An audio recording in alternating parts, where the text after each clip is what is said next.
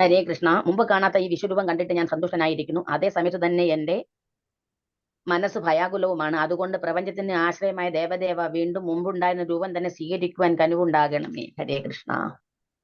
ഹരേ കൃഷ്ണ. 46 കിരീടിനിം ഗദിനം ചക്രഹസ്തം ഇച്ഛാമി ത്വാം ദൃഷ്ടുമഹം തദൈവ തേനൈവ രൂപേണ ചതുർഭുജേന സഹസ്രബാഹോ ഭവ വിശ്വമൂർത്തേ.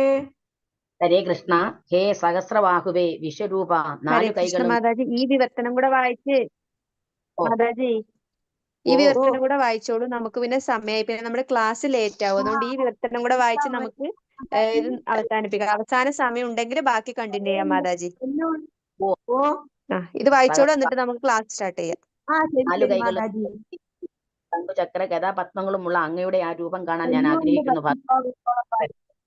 ഹരേ കൃഷ്ണ. ഹരേ കൃഷ്ണ മാതാജി. ഹരേ കൃഷ്ണ. മാതാജി വായിക്കുന്നതിൽ എന്തെങ്കിലും മിസ്റ്റേക്ക് ഉണ്ടാ? ഹരേ കൃഷ്ണ മാതാജി. ഇല്ല, കുഴപ്പമില്ല കേട്ടോ, നന്നായി. ഹരേ കൃഷ്ണ.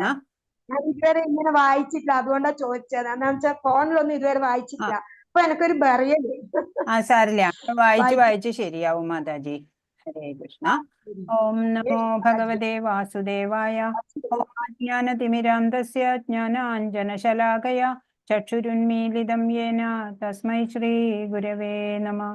ഹേ കൃഷ്ണ കരുണാ സിന്ധോ ദീനബന്ധോ ജഗത്പദേ ഗോപേശ ഗോപികാകാന്ത രാധാകാന്ത നമോസ്തുതേ. തപ്തകാഞ്ചന ഗൗരാംഗീ രാധേ വൃന്ദാവനേശ്വരി വൃഷഭാനുസുതേ ദേവി പ്രണമാമി ഹരിപ്രിയേ. നമോ വിഷ്ണുപാദായ കൃഷ്ണപ്രേഷ്ഠായ ഭൂതലേ ശ്രീമദേ ഭക്തിവേദാന്ത സ്വാമിൻ ഇതി നാമിനെ.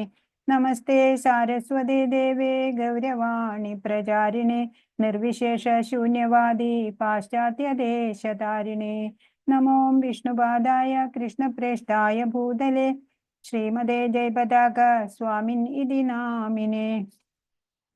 നമ ആചാര്യപാദായ നിതായ കൃപപ്രദായിനെ ഗൗരകഥാദാമദയ നഗരഗ്രാമതാരിണേ. ജയ ശ്രീകൃഷ്ണ ചൈതന്യ പ്രഭു നിത്യാനന്ദ ശ്രീ അദ്വൈത ഗദാധര ശ്രീവാസാദി ഗൗരഭക്തവൃന്ദ. ഹരേ കൃഷ്ണ കൃഷ്ണ കൃഷ്ണ ഹരേ ഹരേ, ഹരേ രാമ രാമ രാമ ഹരേ ഹരേ.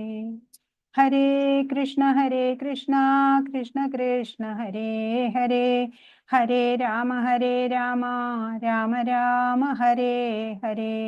ശ്രീ ശ്രീ രാധാ ഗോവിന്ദ് കി ജയ്. ശ്രീല പ്രഭുപാദ് കി ജയ്. ഗുരു മഹാരാജ് കി ജയ്. ഹരേ കൃഷ്ണ. എല്ലാവർക്കും സ്വാഗതം. ഹരേ കൃഷ്ണ. നമ്മള് 11-ാം അധ്യായം വിശ്വരൂപ ദർശനം, അതാണ് വിശ്വരൂപം. അത് കാണാൻ പോവാണ് അല്ലെ. ഇത് വലിയ ഒരു അധ്യായമാണ്, 55 ശ്ലോകങ്ങളുണ്ട്. അപ്പൊ കഴിഞ്ഞ അധ്യായം വളരെ ധന്യമായ ഒരു അധ്യായം തന്നെയായിരുന്നു അല്ലെ കഴിഞ്ഞതും. അതില് നമ്മൾ എന്താ മനസ്സിലാക്കിയത്? ഭഗവാൻ പറഞ്ഞു, എൻ്റെ ചെറിയ ഒരു അംശം കൊണ്ടാണ് ഈ പ്രപഞ്ചം മുഴുവനും നിലനിൽക്കുന്നത് എന്നാണ് പറയണത്. നമുക്ക് മനസ്സിലാക്കാൻ കഴിയുന്നതിലും അപ്പുറാണ് ആ ശ്രേഷ്ഠതമമായിട്ടുള്ള അവസ്ഥ അല്ലെ ഭഗവാനെ കുറിച്ചുള്ള ആ സത്യം അതീവ രഹസ്യമായിട്ടുള്ളത്. ദേവന്മാർക്കോ മഹർഷിമാർക്കോ പോലും അറിയാൻ സാധിക്കുന്നില്ല. പിന്നെ ഈ ഭഗവത്ഗീതയുടെ സത്ത് എന്ന് പറയുന്ന ആ ചതുശ്ലോകി ഗീത നമ്മൾ കണ്ടു അല്ലേ. അതിലെന്താ 4 ശ്ലോകങ്ങളില് ഭഗവാൻ എന്തൊക്കെയാ പറഞ്ഞു തന്നേ നമുക്ക്? എല്ലാത്തിനും ഉറവിടം ഭഗവാനാണ്. അതുകൂടാതെ തുഷ്യന്തിജ രമന്തിജ എന്ന് പറയുന്നുണ്ട്. എന്റെ ശുദ്ധ ഭക്തര് എപ്പോഴും ആനന്ദിക്കുകയാണ് എന്ന് പറഞ്ഞു. എല്ലാത്തിനും ഉറവിടം ഭഗവാനാണ്. പിന്നെ ഭഗവാനെ പ്രാപിക്കാനുള്ള ബുദ്ധി ഭഗവാൻ തന്നെ ആ ഭക്തന് നൽകും. ഹൃദയത്തില് ജ്ഞാനദീപം തെളിയിച്ച് അജ്ഞാനമകറ്റും. അതാണ് ആ ചതുശ്ലോകി ഗീതയുടെ സാരം. അർജുനൻ എങ്ങനെയാണ് ഭഗവാനെ അംഗീകരിച്ചത് എന്നും പിന്നെ ഭഗവാന്റെ വിഭൂതികള് അല്ലെ, പല വിഭൂതികള് കണ്ടു. അതൊക്കെ കാണുമ്പോൾ നമുക്ക് ഭഗവാനെ അനുഭവിക്കാൻ സാധിക്കണം. മനുഷ്യ ജന്മത്തിന്റെ പൂർണ്ണത അതെന്താണ്, ധർമ്മം എന്താണ് എന്നൊക്കെ തിരിച്ചറിഞ്ഞിട്ട് ഭഗവത് പ്രാപ്തിക്കായിട്ട് നമ്മൾ ജീവിതം കാഴ്ചവെക്കണം അല്ലെ. അപ്പോ അർജുനൻ പറയുന്നുണ്ട്, എല്ലാം മനസ്സിലാക്കി കഴിഞ്ഞ് വിഭൂതികളും എല്ലാം മനസ്സിലാക്കി പറഞ്ഞു, പരം ബ്രഹ്മ പരം ധാമ പവിത്രം പരമം ഭവാൻ പുരുഷം ശാശ്വതം ദിവ്യമാതിദേവമജം വിഭും. ഇനി ഭഗവാനെ പറ്റി എന്തൊക്കെ പറഞ്ഞാലും മതിയാവുക. അങ്ങ് പരമദിവ്യോത്തമ പുരുഷനാണ്. പരമമായ ധാമവും പവിത്രമായതും നിരപേക്ഷ തത്വവും ഭഗവാൻ തന്നെ. അഭൗതികനും ശാശ്വതനുമാണ് അങ്ങ്. അങ്ങനെ ഞാൻ അങ്ങയെ കുറിച്ച് മനസ്സിലാക്കി എന്ന് പറഞ്ഞ് കാൽക്കൽ വീഴാണ്. ഇനി ഇവിടെയാണെങ്കിലോ, ഇവിടെ ലൈഫ് പ്രസന്റേഷൻ ആണ് ഈ അധ്യായത്തിൽ കാണിക്കാൻ പോകുന്നത്. വിശ്വരൂപ ദർശനം, യൂണിവേഴ്സൽ ഫോം ആണ് ഇവിടെ കാണിക്കുന്നത്. അപ്പൊ നമ്മള് ഒന്ന് കാണണമെന്ന് ആഗ്രഹം പ്രകടിപ്പിക്കുകയാണ്. അപ്പൊ കാട്ടിക്കൊടുക്കുകയാണ്. അറിയാം അർജുനനിപ്പോ, അല്ലെ, പരബ്രഹ്മ പരംധാമ പവിത്രം പരമം ഭവാൻ എന്നൊക്കെ ഡിക്ലെയർ ചെയ്ത് കഴിഞ്ഞു അർജുനൻ. എന്നാൽ ഇപ്പൊ നമ്മൾ എങ്ങനെയാ, നമ്മുടെ കുട്ടികളൊക്കെ ഉണ്ടാവുമ്പോ അവരുടെ ഗുണഗണങ്ങളൊക്കെ എല്ലാവരും അറിയണമെന്ന് നമ്മൾ ആഗ്രഹിക്കുക. കാരണം എന്താ, നമ്മൾക്ക് അവരെ ഭയങ്കര ഇഷ്ടമാണ്. അതേപോലെ നമുക്ക് ഇഷ്ടമുള്ള ഭഗവാന്റെ ഗുണഗണങ്ങള് എല്ലാവരും അറിയണ്ടേ, ഭഗവാന്റെ മഹിമ. അതുപോലെ നമ്മളും ആഗ്രഹിക്കുകയാണ് അത്. അപ്പോ ഭഗവാന്റെ ഗുണങ്ങളിലാണ് അർജുനനും ആകൃഷ്ടനായിരുന്നത്. അതുകൊണ്ടാണ് ഈ ബ്രഹ്മാണ്ട ശക്തി പ്രകടനം ഒന്ന് കാണണം എന്ന് പറയുന്നത്. മാത്രല്ല, കലികാലത്ത് ഉണ്ടാവാനിടയില്ല ഈ ആൾദൈവങ്ങൾക്കൊക്കെ ഉള്ള ഒരു താക്കീതാണ് ഇത്. ഇപ്പൊ പ്രഭുപാദ് പറയും, ഭഗവത്ഗീതയിലുള്ളതിലുപരിയായിട്ട് കൃഷ്ണനെ അറിയാനൊന്നും പിന്നെ ബാക്കിയില്ല. എല്ലാം ഭഗവത്ഗീതയിലൂടെ വെളിവാക്കി തരുന്നുണ്ട്. അപ്പൊ നമ്മൾ എന്താ ചെയ്യണ്ടേ? ഭഗവാനെ സ്നേഹിക്കുക, പ്രേമഭക്തിയോടെ സേവനം ചെയ്യുക ഭഗവാനായിക്കൊണ്ട്. അതാണ് നമുക്ക് ചെയ്യാനുള്ളത്. ഹരേ കൃഷ്ണ. അപ്പൊ ഒന്നാമത്തെ ശ്ലോകം അർജുനൻ പറയാണ്. അർജുന ഉവാച മദനുഗ്രഹായ പരമം ഗുഹ്യമധ്യാത്മസംജ്ഞിതം യത്വയോക്തം വചസ്തേന മോഹോയം വിഗതോ മമ.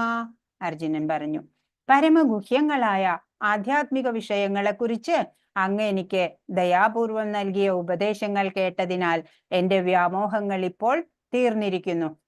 ഇത്രയും അധ്യായങ്ങളിലൂടെ അല്ലെ, കേവലം 45 മിനിറ്റ് കൊണ്ടാണ് ഭഗവാൻ ഈ ഭഗവത്ഗീത എല്ലാ ഉപദേശങ്ങളും അർജുനന് നൽകിയിട്ടുള്ളത്. അപ്പോ നമ്മളിപ്പോ പകുതിയിലധികം പിന്നിട്ട് കഴിഞ്ഞു. 10 അധ്യായങ്ങളും കണ്ടു കഴിഞ്ഞു. അപ്പോ അർജുനന് മനസ്സിലായി, അല്ലെ, എല്ലാം അങ്ങ് ദയാപൂർവം നൽകിയ ഉപദേശങ്ങള് കേട്ടിട്ട് ഇപ്പൊ എന്റെ സംഭ്രമവും വ്യാകുലതകളെ എല്ലാം മാറി കഴിഞ്ഞു. ഞാനിപ്പോ കർമ്മോത്സുകനായി കഴിഞ്ഞിരിക്കുന്നു എന്ന് പറയാണ്. ഭഗവാന്റെ മഹിമ മനസ്സിലാക്കി അർജുനൻ. അങ്ങനെ വ്യാമോഹമൊക്കെ തീരാണ്. ഇപ്പൊ കൃഷ്ണനെ കാണുന്നത് എന്തായിട്ടാണ്? സകലതിന്റെയും സ്രോതസ്സായിട്ടാണ്, അല്ലെ, എല്ലാത്തിന്റെയും ഉറവിടം ഭഗവാനാണ് എന്ന് ഉറപ്പായി. കൃഷ്ണന്റെ ആ ദിവ്യ പ്രഭാവത്തിനെ എല്ലാവർക്കും ബോധ്യപ്പെടുത്താൻ വേണ്ടിയിട്ട് വിശ്വരൂപം കാണിച്ചു തരണം എന്ന് പറയാണ്. അപ്പൊ വിരാട് രൂപം കാണിക്കുന്നതിന് മുമ്പ് ഭഗവാൻ അതിനെക്കുറിച്ചൊരു ഇൻട്രോ കൊടുക്കുന്നുണ്ട്. പെട്ടെന്ന് അത്ഭുത പരതന്ത്രനായി പോവരുതല്ലോ, അതിനു വേണ്ടിയിട്ട്. അപ്പൊ അങ്ങനെയൊക്കെ പറഞ്ഞു. പിന്നെ പറഞ്ഞു, നഗ്ന നേത്രങ്ങൾക്ക് കൊണ്ട് കാണാൻ സാധിക്കില്ല, അതുകൊണ്ട് ഞാൻ നിനക്ക് ദിവ്യ ചക്ഷുസ് നൽകുന്നുണ്ട് എന്നൊക്കെ ഭഗവാൻ പറയുന്നുണ്ട്. മൂന്നാമത്തെ ശ്ലോകം. ഏവമേതത് യഥാർത്ഥത്വം ആത്മാനം പരമേശ്വര ദ്രഷ്ടുമിച്ഛാമി തേ രൂപമൈശ്വരം പുരുഷോത്തമ. ഹേ പുരുഷോത്തമ, ഹേ പരമ്പൊരുളെ, അങ്ങ് തന്നെ സ്വയം വിവരിച്ചതുപോലെയുള്ള അവിടുത്തെ യഥാർത്ഥമായ സ്ഥിതിയിൽ ഞാൻ അങ്ങയെ എന്റെ മുന്നിൽ കാണുന്നുവെങ്കിലും ഈ വിശ്വാവിഷ്കാരത്തിൽ എങ്ങും അങ്ങ് ഉൾച്ചേർന്ന് നിൽക്കുന്നത് എങ്ങനെയെന്ന് കാണാൻ എനിക്ക് ആഗ്രഹമുണ്ട്. അങ്ങയുടെ ആ രൂപം എനിക്ക് കാണണം. ഈ സമ്പൂർണ്ണ ജഗത്തിന്റെ ആവിർഭാവ തിരോഭാവങ്ങളുടെ പ്രഭവസ്ഥാനം അങ്ങ് ഭഗവാൻ തന്നെയാണ് എന്ന് മുൻ അധ്യായങ്ങളിലൊക്കെ നമുക്കിപ്പോ കാട്ടിത്തന്നു. അപ്പോ ഇവിടെ എല്ലാത്തിന്റെയും ഹേതുഭൂതനാണ് ഭഗവാൻ. എങ്കിലും അവയിൽ നിന്നെല്ലാം വ്യത്യസ്തനാണ് ഭഗവാൻ കൃഷ്ണൻ എന്നുള്ള സത്യവും അർജുനൻ ഗ്രഹിച്ചിട്ടുണ്ട് ഇവിടെ. അപ്പോ ഭഗവാൻ എന്ന് പറഞ്ഞാല് അൺകമ്പയറബിളി ബ്യൂട്ടിഫുള്ളുമാണ്, അല്ലെ? ആ ത്രിഭംഗ ശ്യാമസുന്ദര രൂപം, ആ ഭഗവാന്റെ രൂപം, അല്ലെ? ഗോലോക വൃന്ദാവനം നമ്മൾ കണ്ടു. ഒരു കമലത്തിന്റെ ഒരു ഷേപ്പാണ് അല്ലെ. നമ്മൾ കണ്ടു കമലത്തിന്റെ ദളങ്ങൾ പോലെയുള്ള ഇതൊക്കെ കണ്ടു. ഇപ്പൊ കമലം എന്ന് പറയണതുണ്ടല്ലോ, അത് ബ്രഹ്മാവിന്റെ സൃഷ്ടിയല്ല, ബാക്കി എല്ലാം ബ്രഹ്മാവിന്റെ സൃഷ്ടി എന്നാണ്. അപ്പോ അത് അതീന്ദ്രിയമാണ്. കമലം, കമലനയനം, പാദപങ്കജം എന്നൊക്കെ പറയണില്ലേ, അതൊക്കെ ആത്മീയമാണ്, അതൊന്നും ഭൗതികമല്ല. അപ്പോ യഥാർത്ഥ രൂപത്തില് ഇരു കൈകളുള്ള ആ ഭഗവാൻ ഇപ്പൊ അർജുനന്റെ മുമ്പിൽ നിൽക്കുന്നുണ്ട്. അപ്പൊ അർജുനന് ഭഗവാനിലുള്ള വിശ്വാസം അത് സ്ഥിരീകരിക്കാൻ ഈ വിശ്വരൂപ ദർശനം ഒന്നും ആവശ്യമായിട്ട് വരുന്നില്ല. അപ്പൊ പക്ഷെ കലിയുഗത്തിൽ പലരും ഈശ്വര അവതാരമാണ് എന്നൊക്കെ പറഞ്ഞു വരും. അപ്പൊ കണ്ണടച്ചാരും വിശ്വസിക്കേണ്ട. ഈ വിശ്വരൂപം ഒന്ന് കാട്ടിത്തരൂ, നിങ്ങൾക്ക് കഴിയോ, നിങ്ങൾ ദൈവമാണെങ്കിൽ നിങ്ങളും ഒന്ന് കാണിക്കൂ എന്ന് പറയാലോ. ആർക്കെങ്കിലും കാണിക്കാനാവോ? ഓ, ഇവിടെ പുരുഷോത്തമ എന്നാണ് ഇവിടെ പറഞ്ഞിരിക്കണേ ഈ ശ്ലോകത്തില്. അപ്പൊ പുരുഷന്മാരിൽ ഉത്തമനാണ്. പുരുഷൻ എന്ന് പറഞ്ഞാല് എൻജോയർ ആണ്. ഭഗവാൻ പരമ ഈശ്വരനാണ്, മഹായോഗേശ്വരനാണ് ഭഗവാൻ. അപ്പൊ നമ്മൾ എന്താ ചെയ്യണ്ടേ? നമ്മളെ ഭഗവാൻ കണ്ടില്ല എങ്കിലും നമ്മൾ അത് ഗൗനിക്കണ്ട. Work in such a way that Krishna will see you എന്നാണ്. നമ്മളെ ഭഗവാൻ കാണും. ആ തരത്തില് നമ്മൾ ഭഗവത് സേവനം ചെയ്തുകൊണ്ടിരിക്കുക. ഭഗവാൻ നമ്മളെ കണ്ടോട്ടെ, നമുക്ക് ഭഗവാനെ കാണില്ലെങ്കിലും കുഴപ്പമില്ല, അത് പ്രശ്നാക്കണ്ട. 5-ാമത്തെ ശ്ലോകം. ശ്രീ ഭഗവാനുവാച പശ്യ മേ പാർത്ഥരൂപാണി ശതശോധസഹസ്രശ നാനാവിധാനി ദിവ്യാനി നാനാവർണാകൃതീനി ച.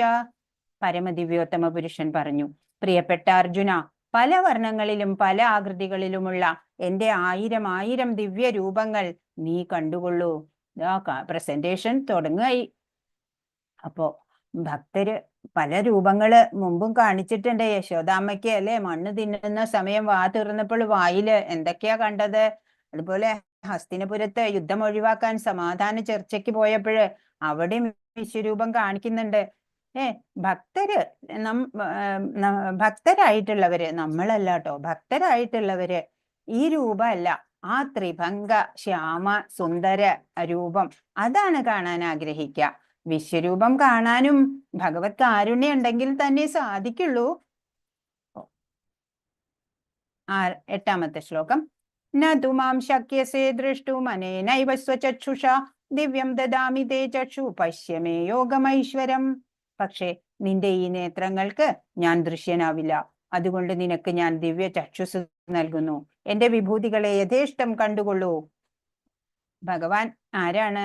കൃഷ്ണൻ, അർജുനൻ കൃഷ്ണന്റെ ആത്മമിത്രാണ് അല്ലെ, അഭിജ്ഞനാണ്. പക്ഷെ അർജുനന് കൃഷ്ണനെ കുറിച്ചുള്ള അറിവ് ഇപ്പോഴും പൂർണ്ണമായിട്ടില്ല. അതുകൊണ്ടാണ് അത്ഭുതാവഹങ്ങളായിട്ടുള്ള ഈ രൂപത്തില് ഇപ്പൊ വെളിപ്പെടുന്നത്, ഭഗവാൻ വെളിപ്പെടുത്തി കൊടുക്കുന്നത്, കൂടുതൽ ബോധവൽക്കരിക്കുന്നതിന് വേണ്ടിയിട്ട്. എല്ലാം പരിപൂർണമായിട്ടില്ല അറിവ്, ഇനിയും മനസ്സിലാക്കട്ടെ, അതിനു വേണ്ടിയാണ്. തന്റെ വിശ്വരൂപം ദർശിക്കാൻ ഭഗവാൻ അർജുനന് ദിവ്യ ചക്ഷുസ് നൽകുകയാണ്. 3D സിനിമ കാണാൻ പ്രത്യേക കണ്ണട വേണം അല്ലെ. ഇത് 6Dയിലൊക്കെ മികച്ചതാണ്. അപ്പൊ മാംസ ചക്ഷുസ് കൊണ്ട് ഒന്നും കാണാൻ സാധിക്കില്ല അല്ലെ. അപ്പോ പരമഭാഗവതരായിട്ടുള്ള ആളുകള് പലരും അല്ലെ, പരമഭക്തർക്കൊക്കെ ഈ ദ്വിഭുജ രൂപം കാണാൻ സാധിച്ചിട്ടുണ്ട്, ദർശനം കിട്ടിയിട്ടുണ്ട് അല്ലെ. എന്നാലോ ഈ വിശ്വരൂപം എന്ന് പറയണത് അത് സാധാരണമല്ല. നമ്മുടെയൊക്കെ അല്ലെ പൂന്താനം, മേൽപ്പത്തൂര്, അതുപോലെയുള്ള നമ്മുടെ ശബരി, അവരൊക്കെ നേരിട്ട് അല്ലെ, കുറൂരമ്മ, അവരൊക്കെ നേരിട്ട് ഭഗവത് ദർശനം കിട്ടിയവരാണ് അല്ലെ. പക്ഷെ ഈ വിശ്വരൂപം അതിലും റെയറാണ് കാണാൻ. ഇവിടെ ഇത് നമ്മൾ എന്തിനാ ഉപയോഗിക്കണേ? ഏറ്റവും ചെറിയത് വലുതാക്കി കാണും മൈക്രോസ്കോപ്പിൽ അല്ലെ. ടെലിസ്കോപ്പ് ആണെങ്കിലോ ദൂരെ ഉള്ളത് വരെ വലുതായിട്ട് കാണും അല്ലെ. അപ്പൊ നമ്മുടെ കണ്ണിന്റെ പരിമിതിയാണ് ഇവിടെ പറയുന്നത്. നമ്മൾക്ക് നമ്മുടെ മാംസ ചക്ഷുസ് എന്ന് പറഞ്ഞ മനുഷ്യന്റെ ഇന്ദ്രിയങ്ങളൊക്കെ പരിമിതങ്ങളാണ്. അപ്പൊ ഇവിടെ ഒരു അപ്പുറത്തുള്ളത് കാണാൻ സാധിക്കില്ല, നമുക്ക് ഒരു സൈഡേ കാണാൻ സാധിക്കുള്ളൂ. അപ്പുറത്തുള്ളത് ഇങ്ങനെ മിററില് അതിന്റെ ഛായയാണ് കാണുന്നത്. അതുപോലെ ഈ പിക്ചർ ഇതിൽ കൊടുത്തിരിക്കുന്നത് ഇതിങ്ങനെ അനങ്ങുന്നതായിട്ട് നമ്മുടെ കണ്ണുകള് അല്ലെ നമ്മളെ വഞ്ചിക്കും കണ്ണ്. ഉത്തമ ഭക്തൻ വിശ്വരൂപം ആഗ്രഹിക്കുന്നില്ല. അർജുനന് കൃഷ്ണന്റെ പ്രസ്താവനകൾ സാധൂകരിക്കണമായിരുന്നു. അതോടൊപ്പം ഭാവിയിൽ ജനങ്ങൾക്ക് ബോധ്യപ്പെടുത്തുകയും വേണം. താൻ പരമദിവ്യോത്തമ പുരുഷനാണെന്ന് കൃഷ്ണൻ പറഞ്ഞത് വെറും സൈദ്ധാന്തികമായോ ദാർശനികമായോ അല്ല. യഥാർത്ഥത്തിൽ അദ്ദേഹം പരമദിവ്യോത്തമ പുരുഷനാണെന്ന് വെളിപ്പെടുത്തുകയും ചെയ്തു. 10ഉം 11ഉം ശ്ലോകങ്ങളാണ്. ആ വിശ്വവ്യാപ്തമായിട്ടുള്ള രൂപത്തില് അങ്ങനെ കാണിച്ചു. വിശ്വരൂപം കാണിക്കുന്നു കേട്ടോ. അങ്ങനെ വിശ്വവ്യാപ്തമായ രൂപത്തിൽ എണ്ണമറ്റ മുഖങ്ങളും കണ്ണുകളും എണ്ണമറ്റ അത്ഭുത ദൃശ്യങ്ങളും അർജുനൻ കണ്ടു. എന്താ അല്ലേ, വിശ്വരൂപത്തിൽ ഇനി ഒന്നും കാണാൻ ബാക്കിയില്ല, എല്ലാം കണ്ടിരിക്കണു.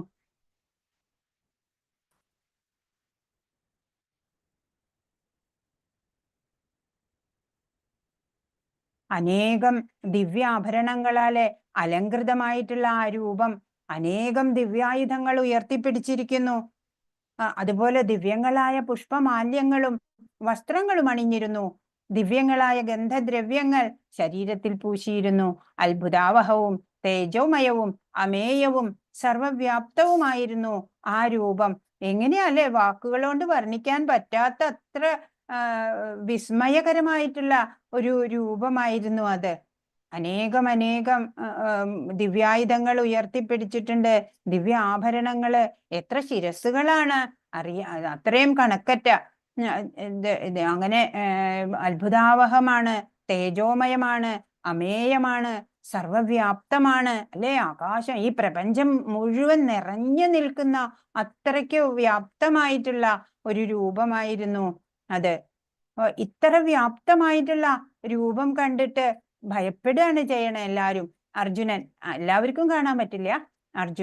അർജുനൻ കണ്ട ആ കൈകള്, കണ്ണുകള്, മുഖങ്ങള്, പാദങ്ങള് എണ്ണമറ്റവയാണ്. എണ്ണാനൊന്നും സാധിക്കില്ല. പ്രപഞ്ചത്തിൽ എങ്ങുമായിട്ട് ചിതറിക്കിടക്കുകയാണ് ഈ ആവിഷ്കാരങ്ങളെല്ലാം. എന്നാല് ഭഗവാന്റെ മഹാപ്രഭാവത്താല് ഒരിടത്തിരുന്നു തന്നെ അല്ലെ, ആ തേരില് ഇരുന്നു കൊണ്ട് തന്നെ അതെല്ലാം ഒരേ സമയം അർജുനൻ കാണുകയാണ്. അപ്പോ 1000 സൂര്യന്മാർ ഒരേ സമയം ഉദിക്കുകയാണെങ്കിൽ ഉളവാകുന്ന പ്രകാശത്തോട് തുല്യമായിരുന്നു ആ വിശ്വാത്മകമായ ഭഗവത് രൂപത്തിന്റെ പ്രഭാപൂരം. ഒരു സൂര്യൻ ഉദിച്ചാൽ തന്നെ ഉച്ചയാവുമ്പോ നമുക്ക് നോക്കാൻ കഴിയില്ല അല്ലെ. 1000 സൂര്യന്മാര് ഒന്നിച്ചുദിച്ച പ്രകാശം വിവരണാതീതമായ ദൃശ്യം തന്നെയാണ് അല്ലെ. ഇപ്പൊ ധൃതരാഷ്ട്രർക്ക് അതിന്റെ ഒരു മാനസിക ചിത്രീകരണം നൽകാൻ യത്നിക്കുകയാണ് ഇവിടെ സഞ്ജയനാണ് ഇതൊക്കെ വിവരിച്ച് ധൃതരാഷ്ട്ര രാജാവിന് പറഞ്ഞു കൊടുക്കുന്നത്. ഇപ്പൊ വിവരണാതീതമായിട്ടുള്ള ദൃശ്യങ്ങളാണ് അവിടെ സഞ്ജയനും അർജുനനും കണ്ടുകൊണ്ടിരിക്കുന്നത്. അർജുന ഉവാച പശ്യാമി ദേവാംസ്തവ ദേവദേഹേ സർവാംസ്തഥാ ഭൂതവിശേഷ സംഘാൻ ബ്രഹ്മാണമീശം കമലാസനസ്ഥം ഋഷീംശ്ച സർവാനുരഗാംശ്ച ദിവ്യാൻ. അർജുനൻ പറഞ്ഞു, കൃഷ്ണ, അവിടുത്തെ ശരീരത്തിൽ സകല ദേവന്മാരെയും മറ്റു സകല ജീവജാലങ്ങളെയും ഞാൻ കാണുന്നു. മാത്രമല്ല താമരപ്പൂവിൽ ഇരുന്നരുളുന്ന ബ്രഹ്മദേവൻ, അതുപോലെ ശിവൻ, ഋഷികൾ, ദിവ്യ സർപ്പഗണങ്ങൾ എന്നിവരെയും ഞാൻ കാണുന്നു. പ്രപഞ്ചത്തിലുള്ളതെല്ലാം അർജുനൻ അവിടെ കാണുകയാണ്. സൃഷ്ടിജാലത്തില് ആദിമനായിട്ടുള്ള ബ്രഹ്മാവ്, പ്രപഞ്ചത്തിന്റെ അധസ്ഥലങ്ങളില് ഗർഭോദകശായി വിഷ്ണുവിന് മെത്തയായിട്ടുള്ള ആ ദിവ്യ സർപ്പം, പിന്നെ വാസുകി, എല്ലാം ആദ്യമായിട്ട് കാണുകയാണ് അർജുനൻ. ഭഗവത് കരുണയാല് സർഗ ആരംഭം മുതല് അന്ത്യം വരെ എന്തൊക്കെയുണ്ടോ അതെല്ലാം ദൃശ്യമായി എന്നാണ് പറയുന്നത്. ഹരേ കൃഷ്ണ. 16ാമത്തെ ശ്ലോകത്തിൽ എന്താ പറഞ്ഞത്? അല്ലയോ ജഗന്നാഥ, വിശ്വരൂപ, അങ്ങയുടെ ശരീരത്തിൽ എല്ലായിടത്തും എണ്ണമറ്റ കൈകളും ഉദരങ്ങളും വായ്കളും കണ്ണുകളും ഉരുത്തിരിഞ്ഞു വരുന്നു.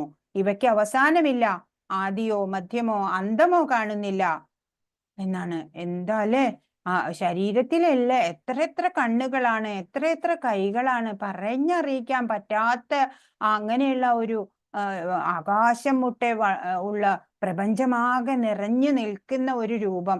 ആ രൂപത്തിൽ ഇല്ലാത്തതായിട്ട് ഇനി ഒന്നുമില്ല. അതുപോലെയാണ്, ഒന്നിനും അവസാനമില്ല. അതിന്റെ തുടക്കം, മധ്യം, അന്ത്യം ഒന്നും കാണുന്നില്ല. എല്ലാം ഇങ്ങനെ നിറഞ്ഞു നിൽക്കുകയാണ്. എവിടെ തുടങ്ങണേ എവിടെ അവസാനം അറിയില്ല. 17ാമത്തെ ശ്ലോകത്തിൽ എന്താ പറയണേ? ആളിക്കത്തുന്ന അഗ്നിയുടെയും മധ്യാഹ്ന സൂര്യന്റെയും പ്രകാശം പോലെ ചൂഴെ പരക്കുന്നതും കണ്ണഞ്ചിപ്പിക്കുന്നതുമായ മഹാജ്യോതിസ് കൊണ്ട് ദുർദൃശ്യമാണ് അങ്ങയുടെ ഈ രൂപം. എങ്കിലും അനേക വിധത്തിലുള്ള കിരീടങ്ങളും ഗദകളും ചക്രങ്ങളും ധരിച്ച തേജോമയമായ ഈ രൂപം ഞാൻ എവിടെയും കാണുന്നു. എന്തൊക്കെയാണ് അല്ലെ? ആളിക്കത്തുന്ന അഗ്നിയുടെ, അതല്ലെങ്കിൽ 1000 സൂര്യ പ്രകാശത്തിന്റെ ഒക്കെ അങ്ങനെ കണ്ണഞ്ചിപ്പിക്കുന്ന ഇതാണ് അല്ലെ, ലൈറ്റാണ്. കണ്ണ് തുറക്കാനേ പറ്റുന്നില്ല. ആ മഹാജ്യോതിസ് കൊണ്ട് ദുർദൃശ്യം ആവുകയാണ്. കാഴ്ച കണ്ണ് തുറക്കാനേ പറ്റുന്നില്ല അല്ലെ അങ്ങയുടെ ഈ രൂപം.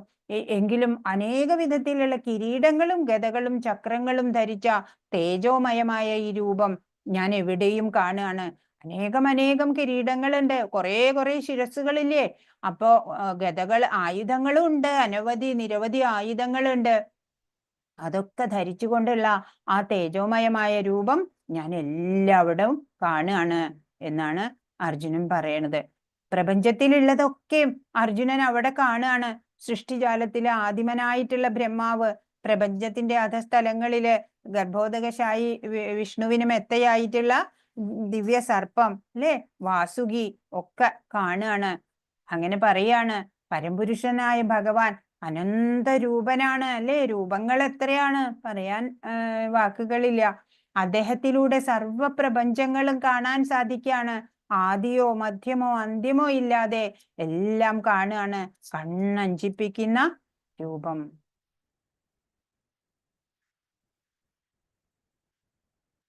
26, 27 ആവർത്തിച്ച് പറയാണ് അർജുനൻ അല്ലേ. അനേകം കണ്ണുകള്, അനേകം കാലുകള്, കൈകള്, അത്ഭുതം കൊണ്ട് ആവർത്തിച്ച് ഒരേ കാര്യം തന്നെ പറയാണ്. 26, 27 ശ്ലോകങ്ങളിൽ എന്താ പറഞ്ഞത്? ധൃതരാഷ്ട്രപുത്രന്മാരെല്ലാവരും, അവരെ സഹായിക്കുന്ന രാജാക്കന്മാരും, ഭീഷ്മർ, ദ്രോണർ, കർണൻ എന്നിവരും നമ്മുടെ യോദ്ധാക്കളിൽ പ്രമുഖന്മാരുമെല്ലാം അങ്ങയുടെ ഭീകരങ്ങളായ വായ്ക്കുള്ളിലേക്ക് അതിവേഗത്തിൽ കടന്നു പോവുകയാണ്. ആ ദംഷ്ട്രങ്ങൾക്കിടയിൽപ്പെട്ട് ചിലരുടെ ശിരസ്സുകൾ ചതഞ്ഞരയുന്നു. വിശ്വരൂപം കുരുക്ഷേത്ര ഭൂമിയില് അർജുനനും സഞ്ജയനും കണ്ടുകൊണ്ടിരിക്കുകയാണ്. രുദ്രൻ, ആദിത്യൻ, യക്ഷൻ, കിന്നരര്, അസുരര്, ഗന്ധർവര് ഇവരൊക്കെ ആകാശ മാർഗത്തിൽ ഇരുന്ന് കണ്ട് ഭയപ്പെടുന്നുണ്ട്. മറ്റു ലോകങ്ങളിലുള്ള പലരും കാണുന്നുണ്ട്. അപ്പൊ അത്ഭുതം, എല്ലാവർക്കും വിസ്മയം തന്നെ, അത്ഭുതം തന്നെ. പിന്നീടോ മാറി മറിഞ്ഞു വരികയാണ് രൂപങ്ങള്. അത് കാണുമ്പോ പിന്നെ ഭയമാണ്. അപ്പൊ അർജുനന് പോലും തന്റെ മനസ്സന്തുലനം നിലനിൽക്കുന്നില്ല. അത്ര ഭീകരമായിട്ടുള്ള, ഭയാനകമായിട്ടുള്ള ആ കാലരൂപം അർജുനൻ കണ്ടു. സമയം ഇങ്ങനെ രൂപം പൂണ്ട് വരിക, കാലം, ദംഷ്ട്രങ്ങളുള്ള ആ ഭീകര രൂപം, യുദ്ധഭൂമിയിലുള്ള യോദ്ധാക്കളെ എല്ലാം ആ കാലരൂപന്റെ വായിലേക്ക് കടത്തപ്പെടുകയാണ്. അവരൊക്കെ അങ്ങനെ കടക്കുകയാണ്. പല്ലുകൾക്കിടയിൽപ്പെട്ടിട്ട് തലകളൊക്കെ ചതഞ്ഞരയാണ്. ഇതിനും അതെ ആദിയുമില്ല അന്തവുമില്ല. ഇങ്ങനെ ഈയാമ്പാറ്റകൾ തീ കണ്ടിട്ട് ഓടി അടുക്കുന്ന പോലെ ഇങ്ങനെ എല്ലാ രാജാക്കന്മാരും എല്ലാവരും ആ കാലസ്വരൂപത്തിന്റെ വായിലേക്ക് ഇങ്ങനെ ആകർഷിച്ച് ഇങ്ങനെ കടന്നു പോയിക്കൊണ്ടിരിക്കുകയാണ്. ചിലവരുടെയൊക്കെ തലകള് ആ ദംഷ്ട്രകൾ കൊണ്ടിട്ട് ചതഞ്ഞറിഞ്ഞു പോണു. അപ്പോ എന്താ നമ്മൾ മനസ്സിലാക്കണേ ഇതിന്ന്? യുദ്ധത്തിന് മുമ്പ് തന്നെ ഇവരെല്ലാം മരിച്ചു കഴിഞ്ഞു. അപ്പൊ ഭഗവാൻ പറയാൻ ആഗ്രഹിക്കുന്നുണ്ട്, നീ യുദ്ധം ചെയ്തില്ലെങ്കിലും ഇവര് മരിക്കും. ഇതെല്ലാം ഭഗവാന്റെ പ്ലാനാണ്. എല്ലാം ഭഗവാന്റെ പ്ലാൻ പ്രകാരമാണ് നടക്കുന്നത് അല്ലേ. കാലം കൊണ്ട് മായാത്തതൊന്നുമില്ല അല്ലേ. പക്ഷെ ഇതെല്ലാം മുമ്പേ പ്ലാൻഡ് ആണ്. കുരുക്ഷേത്രത്തിൽ ഒത്തുചേർന്നവരില് ബഹുഭൂരിപക്ഷത്തിന്റെയും നാശം, അതുപോലെ അർജുനന്റെ വിജയം എല്ലാം ഇതിനാല് സൂചിപ്പിക്കപ്പെട്ടു. ഭീഷ്മരും കർണരും പോലും ഇല്ലാതാവും. അല്ലേ? എത്രയെത്ര മഹാരഥന്മാര്, എത്രയെത്ര പൂജനീയരായവര് എല്ലാവരും ഇല്ലാതാവും എന്ന് കാട്ടിക്കൊടുത്തു. 31 ശ്ലോകത്തിൽ എന്താ പറയണേ? ദേവാധിദേവ ഉഗ്രമൂർത്തെ, അങ്ങ് ആരാണെന്ന് പറഞ്ഞു തരൂ, ഞാൻ പ്രണമിക്കുന്നു. എന്നിൽ കനിയേണമേ. ആദിപുരുഷനായ അങ്ങയെ എനിക്കറിയണം. അങ്ങയുടെ ദൗത്യം എന്തെന്ന് മനസ്സിലാകുന്നില്ല. അപ്പൊ വിരാട് രൂപം കാണണം, വിശ്വരൂപം കാട്ടിത്തരൂ എന്ന് പറഞ്ഞു അല്ലേ? അപ്പോ പവർ പോയിന്റ് പ്രസന്റേഷൻ ഒക്കെ ചെയ്തിട്ട് അഡ്വഞ്ചർ ഒക്കെ കാണിക്കാം എന്നാ വിചാരിച്ചേ. പക്ഷെ ഇപ്പൊ അതൊരു ഹൊറർ ഷോ ആയിട്ട് മാറിയിരിക്കുകയാണ് അല്ലേ? വിരാട് രൂപം കാണുന്നത് വരെ ഭഗവാന്റെ മഹത്വം ഇത്രയ്ക്ക് അങ്ങോട്ടുണ്ട് എന്ന് മനസ്സിലാക്കിയിരുന്നില്ല. ഇപ്പൊ പറയാണ്, ദേവാധിദേവ ഉഗ്രമൂർത്തെ, ഇതിപ്പോ ഉഗ്രമൂർത്തിയായിട്ടാണ് നിൽക്കുന്നേ അല്ലേ? അങ്ങ് ആരാണെന്ന് പറഞ്ഞു തരൂ, ഞാൻ പ്രണമിക്കുന്നു. എന്നിൽ കനിയേണമേ. ആദിപുരുഷനായ അങ്ങയെ എനിക്കറിയണം. അങ്ങയുടെ ദൗത്യം എന്ത് എന്ന് മനസ്സിലാകുന്നില്ല. ഇങ്ങനെയൊക്കെയുള്ള ആ ഭീതിപ്പെടുത്തുന്ന രൂപത്തില് ആവാൻ എന്താണ് കാരണം എന്ന് ചോദിക്കുകയാണ്. കൃഷ്ണൻ തന്റെ സുഹൃത്താണ്, ഭഗവാനാണ് എന്നൊക്കെ അർജുനൻ അറിയാം. എങ്കിലും കൃഷ്ണന്റെ വിവിധ രൂപങ്ങൾ ദർശിച്ചപ്പോഴ് ആകെ അമ്പരന്ന് പോവാണ് അർജുനൻ. ഈ സംഹാര ശക്തി പ്രതിഭാസത്തിന്റെ യഥാർത്ഥ ദൗത്യം എന്താണ് എന്ന് ചോദിക്കുകയാണ്. അങ്ങ് ആരാണ് യഥാർത്ഥത്തില് എന്ന് ചോദിക്കുകയാണ്. ഒരിക്കൽ ഭഗവാൻ സംഹാരമൂർത്തിയായ കാലത്തിന്റെ വടിവെടുക്കുക. അർജുനൻ പൊരുതിയില്ലെങ്കിലും ഇവരെല്ലാം മരിക്കുക തന്നെ ചെയ്യും എന്ന് കൃഷ്ണൻ കാണിച്ചു കൊടുക്കുകയാണ് അല്ലേ? അപ്പോ പ്രഭുപാദ് പറയണു, പിന്നെ എന്തിനാണ് ഭഗവാൻ തന്നെ ഇവരെയൊക്കെ കൊല്ലും എങ്കില് പിന്നെ എന്തിനാണ് യുദ്ധം ചെയ്യാൻ പറയണത്? അതെന്താണ്? ഭഗവാൻ ഇഷ്ടം തന്റെ ഭക്തന് ക്രെഡിറ്റ് കിട്ടണം. ഭഗവാൻ ഒരു ക്രെഡിറ്റും വേണ്ട അല്ലേ? ഭക്തനെ എല്ലാവരും പുകഴ്ത്തണം അല്ലേ? മധുര സംബന്ധം, അതാണ് ഭഗവാനും ഭക്തനുമായിട്ടുള്ള ബന്ധം എന്ന് പറയണത്. ഭഗവാനാണ് എല്ലാം ചെയ്യുന്നത്. എല്ലാം ഭഗവാൻ ഉണ്ടെങ്കിലേ ചെയ്യാൻ നമുക്ക് സാധിക്കൂ. പക്ഷേ അതിന്റെയൊക്കെ ക്രെഡിറ്റ്, അത് പേര് ഭക്തന് കിട്ടിയാൽ മതി. അതാണ് ഭഗവാന്റെ ഉദ്ദേശം. അതിനു വേണ്ടിയാണ് ഇതൊക്കെ. നീ പേടിക്കണ്ട, ഞാൻ ഇവരെയൊക്കെ കൊന്നു കഴിഞ്ഞു, പക്ഷെ നീ അമ്പെയ്തിട്ടാണ് അവരൊക്കെ മരണപ്പെട്ടത്, വധിച്ചത് എന്നുള്ളത് എല്ലാവരും, മാലോകരെല്ലാരും അങ്ങനെ വേണം അറിയാൻ. 32 ശ്ലോകത്തിൽ എന്താ പറഞ്ഞത്? പരമദിവ്യോത്തമ പുരുഷൻ പറഞ്ഞു, സമസ്ത ലോകങ്ങളെയും സംഹരിക്കുന്ന കാലമാകുന്നു ഞാൻ. ആരാണെന്ന് ചോദിച്ചു അർജുനൻ. അപ്പൊ പറയാണ്, സമസ്ത ലോകങ്ങളെയും സംഹരിക്കുന്ന കാലമാണ് ഞാൻ. ഈ കാണുന്ന ജനങ്ങളെയെല്ലാം നശിപ്പിക്കുവാനാണ് ഞാൻ ഇവിടെ സന്നിഹിതനായിരിക്കുന്നത്. നിങ്ങൾ പാണ്ഡവരൊഴികെ 2 കക്ഷിയിലും പെട്ട യോദ്ധാക്കൾ ഏവരും കൊല്ലപ്പെടും. അപ്പൊ എന്താണ്? ഇവരെയൊക്കെ നശിപ്പിക്കാൻ തന്നെയാണ് ഞാനിവിടെ സന്നിഹിതരായിരിക്കുന്നത്. സമസ്ത ലോകങ്ങളെ സംഹരിക്കുന്ന കാലമാണ് ഞാന് എന്ന്. അപ്പൊ പാണ്ഡവരാണ് മാത്രമേ അവിടെ ബാക്കി ഉണ്ടാവുള്ളൂ എന്ന് മുന്നേ പറഞ്ഞു. 33 ശ്ലോകത്തില്, അതിനാൽ എഴുന്നേൽക്കൂ, പൊരുതി യശസ്സു നേടാൻ തയ്യാറാകൂ. ശത്രുക്കളെ ജയിച്ചിട്ട് സമൃദ്ധമായ രാജ്യം ഭരിക്കൂ. ഞാൻ അവരെ മുമ്പ് തന്നെ കൊന്നു കഴിഞ്ഞു. നീ കേവലം ഒരായുധമാവുന്നതേയുള്ളൂ. സവ്യസാജിൻ, ഒരിക്കലും യുദ്ധത്തില് തോൽവി പറ്റാത്ത ആള്, സവ്യസാജിൻ എന്ന് പറഞ്ഞാല്. അപ്പൊ ഭഗവാന്റെ പ്ലാൻ അനുസരിച്ചിട്ട് മാത്രമാണ് ഇവിടെ എല്ലാം സംഭവിക്കണത്. എല്ലാ പ്രതിഭാസങ്ങളും ആകസ്മികങ്ങളാണ് എന്ന് കരുതുന്ന മൂഢന്മാരെ അങ്ങനെയൊക്കെ കരുതും. ഭഗവാന്റെ പദ്ധതി ശരിക്കും എന്താണ്? ബദ്ധരായ ജീവാത്മാക്കൾക്ക് സ്വധാമമായ ഭഗവത് പദത്തിലേക്ക് തിരിച്ചെത്താൻ അവസരം കൊടുക്കുക. അതാണ് ഭഗവാന്റെ ആ പ്ലാന്. ഇത് മനസ്സിലാക്കിയിട്ട് കൃഷ്ണാവബോധം അങ്ങനെയുള്ളവരാണ് ബുദ്ധിമാന്മാര്. അതല്ലാതെ ഈ ഭഗവാൻ ഇല്ല, അതല്ലെങ്കിൽ എല്ലാ കാര്യങ്ങളും ആകസ്മികമായിട്ട് വന്നു ഭവിക്കുന്നതാണ് എന്നൊക്കെ കരുതി ജീവിതം കളയുന്നവര് മൂഢരാണ് എന്നാണ്. 41, 42 ശ്ലോകങ്ങൾ എന്താ പറഞ്ഞത്? അങ്ങയുടെ മഹത്വം എന്തെന്നറിയാതെ സുഹൃത്തെന്ന് മാത്രം കരുതി ഹേ കൃഷ്ണ, ഹേ യാദവ, ചങ്ങാതി എന്നെല്ലാം ഞാൻ അങ്ങയെ സ്നേഹത്തിലോ സംഭ്രാന്തിയിലോ വിളിച്ചു പോന്നു. നാം തനിച്ചായിരിക്കുമ്പോഴും മറ്റുള്ളവർക്കിടയിൽ ഇരിക്കുമ്പോഴും വിനോദിക്കുകയോ ഇരിക്കുകയോ ഒരേ കിടക്കയിൽ കിടക്കുകയോ ആഹാരം കഴിക്കുകയോ ചെയ്യുന്ന അവസരങ്ങളിലും പലപ്പോഴും അങ്ങയെ വേണ്ടത്ര മാനിക്കാതെ അപഹസിച്ചിട്ടുണ്ട്. എന്താ പറയണേ, ഈ ഇപ്പോഴാണ് ഏറ്റവും ശ്രേഷ്ഠതമമായിട്ടുള്ള ആ ഭഗവാന്റെ സ്റ്റാറ്റസ് അർജുനന് തികച്ചും ബോധ്യപ്പെട്ടത്. ഭഗവാനാണ് എന്നൊക്കെ അറിയാം, എങ്കിലും ഇത്രയ്ക്ക് അങ്ങോട്ട് കരുതിയില്ല അല്ലേ അർജുനൻ. അപ്പോ യുദ്ധത്തിന്റെ പരിണിത ഫലം എന്താണെന്ന് കൃഷ്ണനിൽ നിന്ന് അർജുനൻ അറിഞ്ഞു. അങ്ങനെ ബോധോദയം ഉണ്ടാവുകയാണ്. ഇപ്പോ നടന്നതെല്ലാം ഉചിതം തന്നെ.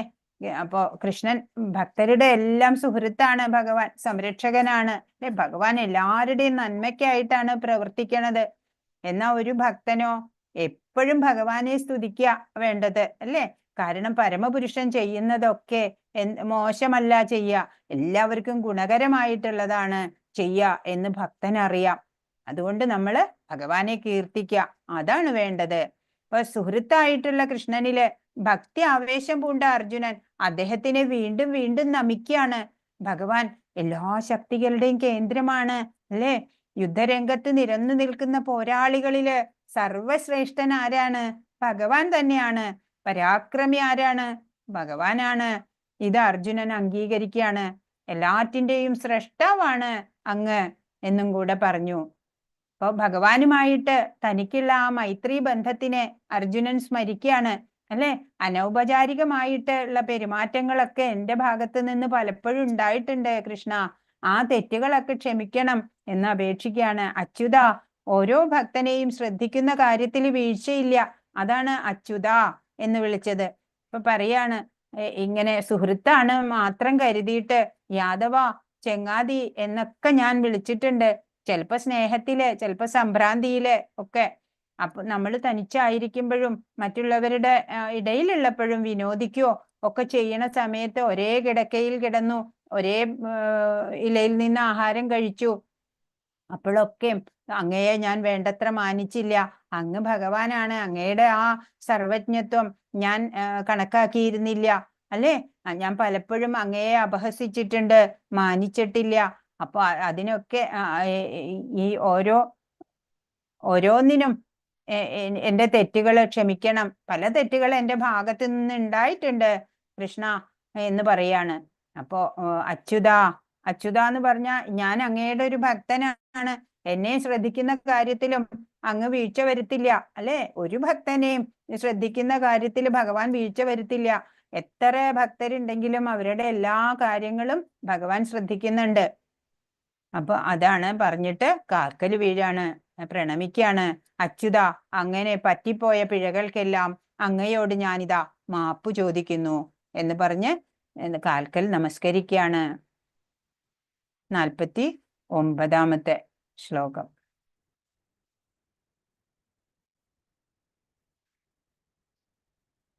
അർജുനൻ വിശ്വരൂപം കാണാൻ ആഗ്രഹിച്ചു അല്ലെ. ഭഗവാനോ കരുണ മൂലം ഈ തേജോമയമായിട്ടുള്ള, ഈ വിഭൂതി ബഹുലമായിട്ടുള്ള ഈ രൂപം വെളിപ്പെടുത്തി കാണിച്ച് കൊടുക്കാണ്. സൂര്യനെ പോലെ പ്രദീപ്തമായിട്ടുള്ള ആ രൂപം ക്ഷണം തോറും മാറിക്കൊണ്ടിരിക്കുന്നതായിരുന്നു.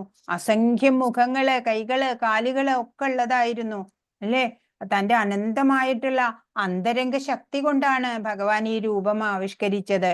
അർജുനനാണ് അത് ആദ്യം കണ്ടത്.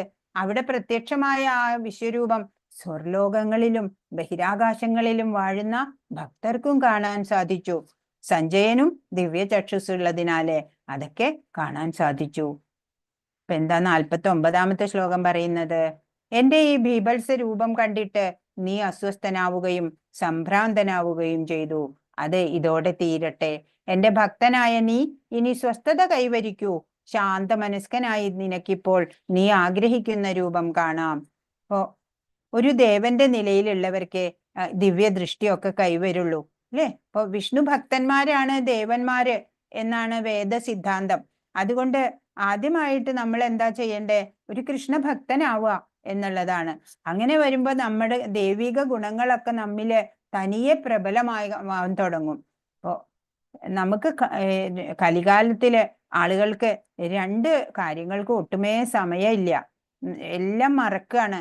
ഒന്ന് ഭഗവാനെ മറക്കും, മറ്റൊന്നോ ഭഗവത് സേവനം മറക്കും. അതൊക്കെ പിന്നെ 101ാമത്തെ കാര്യമായിട്ടാണ് കണക്കാക്കുക അല്ലെ? അതിന് രണ്ടിനും സമയമില്ല. ബാക്കി 100 കാര്യങ്ങൾക്കും സമയം ഉണ്ടാവും നമുക്ക്. ഈ ഭഗവത് കാര്യങ്ങള് അത് 101-ാമത്തെയും 102-ാമത്തെയും കാര്യമായിട്ടാണ് നമ്മൾ കണക്കാക്കുന്നേ, അല്ലേ എല്ലാവരും? അതല്ല വേണ്ടത്. അതിന് ഏറ്റവും പ്രഥമ പരിഗണനയാണ് കൊടുക്കേണ്ടത്. അപ്പോ ഇവിടെ എന്താ പറയണേ? ബീബൽസ് രൂപം കണ്ടിട്ട് അസ്വസ്ഥനായി, അല്ലേ? ഞാനിപ്പോ അത് മാറ്റാം എന്ന്. പ്രഥമ അധ്യായത്തില് എന്താണ് അർജുനന് തോന്നിയത്? ഗുരുജനങ്ങളെ വധിക്കണം എന്നുള്ള ആ ഖേദമായിരുന്നു അർജുനന്.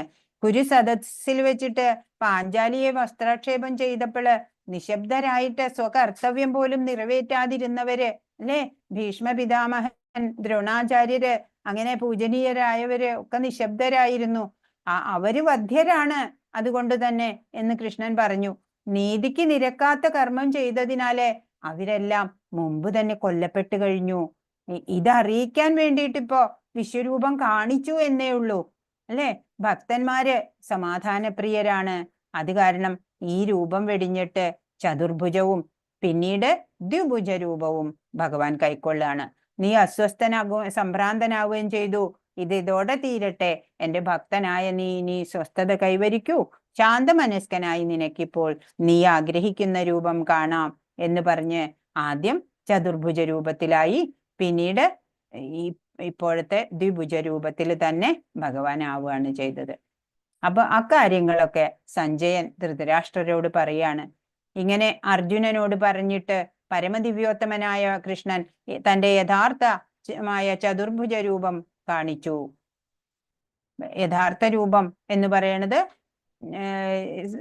ശ്യാമസുന്ദര ദ്വിഭുജ രൂപം തന്നെയാണ്. അപ്പൊ ചതുർഭുജ രൂപം ഭീഷ്മര് ശരശയ്യയിൽ കാണാൻ ആഗ്രഹിച്ചിരുന്നത് ആ രൂപമാണ്. ഇപ്പൊ ധ്രുവൻ കണ്ടിട്ടുണ്ട് ഈ ചതുർഭുജ രൂപം. ദേവകി വസുദേവരുടെ പുത്രനായിട്ട് അവരുടെ മുമ്പില് പ്രത്യക്ഷപ്പെട്ടതും ചതുർഭുജ രൂപത്തിൽ തന്നെ ആയിരുന്നു. അപ്പൊ പ്രേമഭക്തി ഉള്ളവർക്കാണ് കൃഷ്ണന്റെ ശ്യാമസുന്ദര രൂപം കാണാൻ കഴിയുള്ളൂ. അപ്പൊ ഈ ചതുർഭുജ രൂപം എന്ന് പറഞ്ഞാല് അത് ഒഫീഷ്യലാണ്, മറ്റേത് പേഴ്സണലാണ്. വീട്ടിലൊക്കെ ഇപ്പൊ ഒരു സുപ്രീം കോടതി ചീഫ് ജസ്റ്റിസ് അദ്ദേഹം വീട്ടില് കുട്ടിയുടെ മുമ്പിൽ ആന കളിക്കും, അല്ലേ? അങ്ങനെയൊക്കെ ചെയ്യും. അപ്പോഴ് അങ്ങനെ ഭഗവാന്റെ രൂപം ദ്വിഭുജ, 2 കൈകളായിട്ടുള്ള രൂപം. അതല്ലാതെ ഒഫീഷ്യലായിട്ട് ഭഗവാൻ ഓരോ കാര്യങ്ങളും വിശ്വത്തിന് വേണ്ടി ചെയ്യുന്ന സമയത്ത് ആ ചതുർഭുജ രൂപം അത് ഒഫീഷ്യലാണ്. അത് ചീഫ് ജസ്റ്റിസ് സുപ്രീം കോർട്ടിലെ പോലെ. അപ്പൊ നമുക്ക് എങ്ങനെയാണ് ഭഗവാനെ ശരിക്കും കാണാൻ കഴിയുക? പ്രേമഭക്തി ഉള്ളവർക്കാണ് കൃഷ്ണന്റെ ശ്യാമസുന്ദര രൂപം കാണാൻ സാധിക്കുള്ളൂ, അല്ലെ? പ്രേമാഞ്ജനച്ഛുരിത ഭക്തി വിലോചനേന നമ്മൾ കേട്ടു. പ്രേമഭക്തിയാകുന്ന അഞ്ജനം, ആ കൺമഷി കണ്ണിൽ എഴുതണം. അപ്പോഴാണ് നമുക്ക് ഭഗവാന്റെ ആ ത്രിഭംഗ ശ്യാമ സുന്ദര രൂപം കാണാൻ സാധിക്കുക, അല്ലെ? ബ്രഹ്മസംഹിതയില് വർണ്ണിച്ചിട്ടുണ്ട്. ബ്രഹ്മസംഹിത മുഴുവനും നമുക്ക് ലഭ്യമായില്ല. അതിലെ കുറച്ച് മാത്രം നമുക്ക് ലഭ്യമായുള്ളൂ. ബാക്കിയൊക്കെ നശിപ്പിക്കപ്പെട്ടു പോയി. അതും വീണ്ടെടുക്കാൻ ചൈതന്യ മഹാപ്രഭു ആണ് നമുക്ക് സഹായം ചെയ്തു തന്നത്, അല്ലെ? ചൈതന്യ മഹാപ്രഭു ഉള്ളത് കൊണ്ടാണ് അത്രയെങ്കിലും കിട്ടിയത്. അപ്പൊ അതും ഭഗവാന്റെ പ്ലാൻ ആയിരിക്കാം. കാരണം അത്രേ നമ്മൾ അറിഞ്ഞാൽ മതി. അത്ര അറിഞ്ഞാൽ തന്നെ നമുക്ക് ധാരാളമായി, അല്ലെ? മുഴുവൻ അറിയണ്ട എന്നായിരിക്കാം. അപ്പോ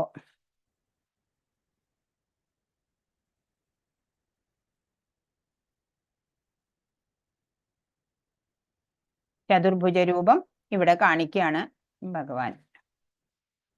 പിന്നീട് ഭീതനായിരുന്ന അർജുനന് ധൈര്യം വരുത്തുവാനായി 2 കൈകളോടുകൂടിയ തന്റെ സാധാരണ രൂപം കൈക്കൊള്ളുകയും ചെയ്തു. തേരാളിയായിട്ട്, അല്ലെ? സാധാരണ രീതിയിലുള്ള രൂപം കാണിക്കുകയാണ് ഇവിടെ ചെയ്യുന്നത്.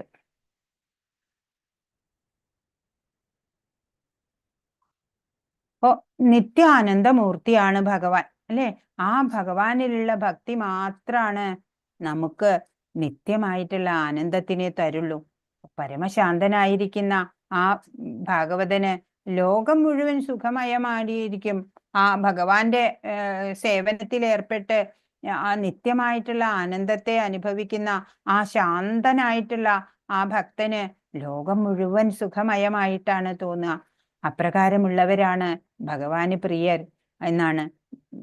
അതുപോലെ ഭഗവാൻ തന്നെയും തന്നിൽ കിടക്കുന്ന ആ ബ്രഹ്മാണ്ട കോടികളെയും എല്ലാം അവരുടെ പാദപാംസുക്കളാൽ ശുദ്ധീകരിക്കാൻ ആ മഹാഭാഗവതരുടെ പിന്നാലെ നിരന്തരം ഓടുകയാണ്. പരമഭക്തന്മാരുടെ കൂടെ ഭഗവാൻ ഉണ്ടാവും എപ്പോഴും. അവര് വേണം എന്നെ ശുദ്ധീകരിക്കാൻ എന്നാ ഭഗവാൻ പറയണത്. ഭഗവത് പ്രേമം അതാണ് നമുക്ക് ഉണ്ടാവേണ്ടത്. അതില്ലെങ്കിൽ മറ്റൊന്നുകൊണ്ടും മനസ്സ് ശുദ്ധാവില്ല. നമ്മുടെ ദിവ്യ പ്രേമം സിദ്ധിച്ച ഒരു ഭാഗവതൻ ഉണ്ടായാല് ആ ബ്രഹ്മാണ്ടം മുഴുവൻ ശുദ്ധമായി തീരും എന്നാണ് പറയാ. അത്രയാണ് ഭക്തരുടെ മഹത്വം ഉള്ളത്. ഒരു പരിശുദ്ധ ഭക്തൻ എവിടെ ഉണ്ടായാലും ആ ബ്രഹ്മാണ്ടം മുഴുവൻ ശുദ്ധീകൃതമാവും എന്നാണ്. 54-ാമത്തെ ശ്ലോകം. ഭക്ത്യാ ത്വനന്യയാ ശക്യ അഹമേവം വിധോർജുന ജ്ഞാതും ദ്രഷ്ടും ച തത്വേന പ്രവേഷ്ടും ച പരം തപ. പ്രിയപ്പെട്ട അർജുന, എന്നിൽ ഏകാഗ്രമായ ഭക്തി കൊണ്ട് മാത്രമേ എന്നെ ഇപ്പോൾ കാണുന്ന മട്ടിൽ നേരിട്ട് കാണാനും അറിയാനും സാധിക്കുകയുള്ളൂ. ഈ മാർഗത്തിൽ കൂടി മാത്രമേ എന്റെ നിഗൂഢതയിലേക്ക് പ്രവേശിക്കാൻ സാധിക്കുള്ളൂ. ഇരു കൈകളുള്ള ആ രൂപത്തിൽ നിന്നാണ് മഹാവിഷ്ണുവും മറ്റെല്ലാം ഉണ്ടായത്. തപസ്, വേദപഠനം, തത്വചിന്ത ഇവയ്ക്കൊപ്പം അല്പം ഭക്തി സാധനയും കൂടെ ഉണ്ടെങ്കിൽ കൃഷ്ണന്റെ വിശ്വരൂപം ദർശിക്കാൻ ചിലപ്പോൾ സാധിച്ചു എന്നൊക്കെ വരാം. എന്നാലോ വിശ്വരൂപത്തിനും അതീതമായിട്ടുള്ള ദ്വിഭുജ രൂപം കാണാൻ അതിലും പ്രയാസാണ്. ബ്രഹ്മ, ശിവൻ ഉൾപ്പെടെ ദേവന്മാർ പോലും അത് ആഗ്രഹിക്കുകയാണ് കാണാൻ. സ്വയം സമർപ്പിതനാകുന്ന ഒരു ജീവന് ഈ സത്യം പ്രത്യക്ഷമാവും ചെയ്യും. ഒരു സന്താന ഗോപാലം കഥ നമുക്കറിയാം അല്ലെ. കുഞ്ഞുങ്ങളെ രക്ഷിക്കാമെന്ന് അർജുനൻ വാക്കു കൊടുത്തു, സാധിക്കാതെ വന്നു അല്ലെ. അർജുനൻ സൂയിസൈഡ് ചെയ്യാൻ പോയപ്പോ ഭഗവാൻ പറഞ്ഞു, കുഴപ്പമില്ല, വരൂ, ഒരു സ്ഥലം വരെ പോവാമെന്ന് പറഞ്ഞിട്ട് അല്ലെ. അങ്ങനെ ഭഗവാൻ വൈകുണ്ഠത്തിലേക്ക് കൂട്ടിക്കൊണ്ട് ചെല്ലുകയാണ്. അർജുനനെയും കൂടി ചെല്ലുമ്പോൾ അവിടെ വിഷ്ണു അവിടെ എന്താണ് ക്ഷീരസാഗരത്തില് പള്ളി കൊള്ളുന്ന ആ വിഷ്ണു എഴുന്നേൽക്കാൻ ശ്രമിക്കുകയാണ്. ഇപ്പൊ നമ്മള് വീട്ടിലേക്ക് ഗസ്റ്റ് ഒക്കെ വരുമ്പോ നമ്മൾ എഴുന്നേൽക്കും അല്ലെ. അപ്പൊ അവര് പറയും ഇരിക്കൂ എന്ന് പറഞ്ഞിട്ട് അവരും ഇരിക്കും. അതുപോലെ ഭഗവാൻ പറഞ്ഞു വിഷ്ണുവിനോട്, അല്ലല്ല, കിടന്നോളൂ എന്ന് പറഞ്ഞു. അപ്പൊ എഴുന്നേൽക്കാൻ ശ്രമിച്ചുകൊണ്ടിരിക്കണ ആ ഒരു പൊസിഷൻ ഉണ്ടല്ലോ, ആ പൊസിഷനിലാണ്. ഇന്നും ആ രൂപത്തിലുള്ള വിഗ്രഹമാണ് അത്ര പൂർണ്ണത്രയീശൻ എന്നുള്ള വിഗ്രഹം. തൃപ്പുണിത്തറയിലെ പൂർണ്ണത്രയീശ വിഗ്രഹം അങ്ങനെയുള്ളതാണെന്നാണ്. അപ്പോ ഭഗവാനില് സ്വയം സമർപ്പിതനാകുന്ന ഒരു ജീവന് ആ പരമസത്യം പ്രത്യക്ഷമാവും. അങ്ങനെ പ്രത്യക്ഷമായവര് ശുദ്ധഭക്തന്മാര് അല്ലേ. ഗുരുവായൂരപ്പ ഭക്തന്മാരെ നമുക്ക് അനവധി അറിയാം അല്ലേ. നമ്മൾക്കൊക്കെ എപ്പോഴാ കോടി ജന്മം കഴിഞ്ഞാ അങ്ങനെയൊക്കെ ആവാൻ സാധിക്കുമോ അറിയില്ല. ഇവിടെ ആരെയാ കൊടുത്തിരിക്കുന്നത്? ഇവിടെ കാണിച്ചിട്ടുള്ളത് ഇത് ഏത് ഡീറ്റി ആണ് എന്ന് പറയാമോ? അതെ, ഉടുപ്പി ശ്രീകൃഷ്ണ ക്ഷേത്രാണ്. ആ കഥ എങ്ങനെയാണെന്ന് വെച്ചാല്, ദേവകി മാതാവിന് കൃഷ്ണന്റെ ബാലലീലകളൊന്നും ആസ്വദിക്കാൻ കഴിഞ്ഞിട്ടില്ല അല്ലേ. ജനിച്ച അന്ന് തന്നെ കൊണ്ടുപോയി ഗോകുലത്തിലേക്ക്. യശോദാമ്മയ്ക്കാണ് അതിനൊക്കെയുള്ള ഭാഗ്യം ലഭിച്ചത് അല്ലെ. ഇക്കാര്യം കൃഷ്ണൻ 9 വയസ്സായപ്പോ വന്നപ്പോഴ് പറഞ്ഞപ്പോ കൃഷ്ണൻ പറഞ്ഞു, അതിനെന്താ, അമ്മയ്ക്ക് ഞാൻ ബാലരൂപം കാട്ടിത്തരാം എന്ന് പറഞ്ഞ് ബാലരൂപം പൂണ്ടു. 3 വയസ്സായ കുട്ടിയായി. ദേവി വെണ്ണ കടയാൻ നേരം കടകോലെടുത്തിട്ട് ദേഹത്തൊക്കെ വെണ്ണ പുരട്ടുകയാണ്. അങ്ങനെ കുറച്ചു നേരം കളികളൊക്കെ കാണിച്ച് അമ്മയെ രസിപ്പിച്ചു അല്ലേ. അമ്മയെ ആനന്ദിപ്പിച്ചു. അല്പസമയം കഴിഞ്ഞപ്പോ പഴയപടിയായി. ഈ കാര്യം രുക്മിണി ദേവി അറിഞ്ഞു. അപ്പൊ രുക്മിണി ദേവി പറഞ്ഞു, എനിക്കും കാണണം ബാലരൂപം എന്ന് പറഞ്ഞു. പറഞ്ഞു, അതൊന്നും ഇനി കാണിക്കാൻ പറ്റില്ല എന്ന് പറഞ്ഞു. അങ്ങനെ രുക്മിണി ദേവിയുടെ പരിഭവം തീർക്കാൻ വേണ്ടിയിട്ട് വിശ്വകർമാവ് ഭംഗിയില് ബാലകൃഷ്ണ വിഗ്രഹം ശാളഗ്രാമത്തില് തീർക്കാണ്. കടകോലും കയറും ഒക്കെ ഉണ്ട്. അങ്ങനെ രുക്മിണി ദേവി ദിവസവും ഈ വിഗ്രഹം പൂജിക്കാൻ തുടങ്ങി. അങ്ങനെ ചന്ദനം അരച്ചതൊക്കെ നിത്യവും ഈ വിഗ്രഹത്തിൽ ചാർത്തും. അങ്ങനെ കാലങ്ങൾ കഴിഞ്ഞുല്ലോ. ദ്വാരക കടലെടുത്തു. അപ്പോഴ് ഈ വിഗ്രഹം ഉണ്ടല്ലോ, അതിങ്ങനെ കടലിന്റെ അടിയിൽ പോയി കടലിന്റെ സൈഡിൽ വന്നു. അങ്ങനെ ചന്ദന കല്ലുകൊണ്ട് ചന്ദനത്തിന്റെ പൊടിയൊക്കെ ഉണ്ടാവും, അതുകൊണ്ട് മൂടി അവിടെ കടന്നു. നൂറ്റാണ്ടുകൾ കഴിഞ്ഞു. ഈ വിഗ്രഹം പിന്നെ ഒരു പ്രളയം വന്നപ്പോഴേ ഉടുപ്പിക്ക് അടുത്ത് കപ്പലിൽ പോകുന്നവർക്ക് അത് കിട്ടുകയാണ് ഉണ്ടായത്. വിഗ്രഹമാണെന്നൊന്നും അവർക്ക് അറിയില്ല. ചന്ദന പാറ പോലെ എന്തോ അവരത് എടുത്ത് കപ്പലിലിട്ടു. ആ കപ്പലിലിട്ടതും അവരുടെ കപ്പൽ ഇങ്ങനെ കൊടുങ്കാറ്റിൽ ആടി ഉലയണ പോലെ ആടി ഉലയാൻ തുടങ്ങി. അപ്പോ അവിടെ തൊട്ട് അടുത്ത തീരത്തിലിരുന്ന് ധ്യാനിച്ചിരുന്ന മധ്വാചാര്യരുണ്ട്. അദ്ദേഹം ഇവരുടെ നിലവിളിയൊക്കെ കേട്ടിട്ട് പ്രാർത്ഥിച്ചു. ആ കപ്പലിലെ ജനങ്ങളെയൊക്കെ രക്ഷിക്കാൻ വേണ്ടിയിട്ട് പ്രാർത്ഥിച്ചു കരയ്ക്കടുപ്പിച്ചു ആ കപ്പല്. അപ്പൊ തങ്ങളെ ആപത്തിൽ നിന്ന് രക്ഷിച്ചതിന് പാരിതോഷികമായിട്ട് ഇത് സ്വീകരിക്കണം എന്ന് പറഞ്ഞിട്ട് നിർബന്ധിച്ചു. എനിക്ക് വേണ്ടാന്ന്, പക്ഷെ നിർബന്ധിച്ച് ചന്ദനപ്പാറ സ്വീകരിക്കുകയാണ്. അതിനകത്തെ അദ്ദേഹത്തിന് അറിയാലോ, കൃഷ്ണ വിഗ്രഹം എടുത്ത് അവിടെ സ്ഥാപിച്ച് ഒരു ക്ഷേത്രം ഉണ്ടായി. അതാണ് ഉടുപ്പി ശ്രീകൃഷ്ണ ക്ഷേത്രം. ഒരു നാള് കനകദാസ് എന്നുള്ള ആ ഭക്തൻ സംഗീതജ്ഞനാണ്, അവിടെ ദർശനം ആഗ്രഹിച്ചു വരികയാണ്. എന്നാലോ താഴ്ന്ന ജാതി എന്നുള്ള കാരണത്താല് അകത്ത് ദർശനം അനുവദിക്കണില്ല. ദുഃഖത്തോടെ അദ്ദേഹം ക്ഷേത്രത്തിന് പുറകിൽ നിന്നിട്ട് ഇങ്ങനെ കീർത്തനങ്ങൾ ആലപിച്ചുകൊണ്ടിരിക്കുകയാണ്. പറഞ്ഞു, ഭഗവാനെ കാണുന്നത് വരെ ഞാൻ ഇവിടുന്ന് പോവില്ല, ഒരു ആഹാരവും ഞാൻ കഴിക്കില്ല, ഞാൻ ഇവിടെ നിന്ന് കീർത്തനം ആലപിക്കും എന്ന് ശഠിച്ചു. അവസാനം ഈ കിഴക്കോട്ട് ദർശനമായിരുന്ന ഭഗവാൻ പടിഞ്ഞാറോട്ട് തിരിഞ്ഞ് കനകദാസിന് ദർശനം നൽകാണ്. ചുമരൊക്കെ അങ്ങനെ വിണ്ടു കീറി പോയി. ഇന്നും അങ്ങനെയാണ് എല്ലാവർക്കും ദർശനമുള്ളത്. ഹരേ കൃഷ്ണ.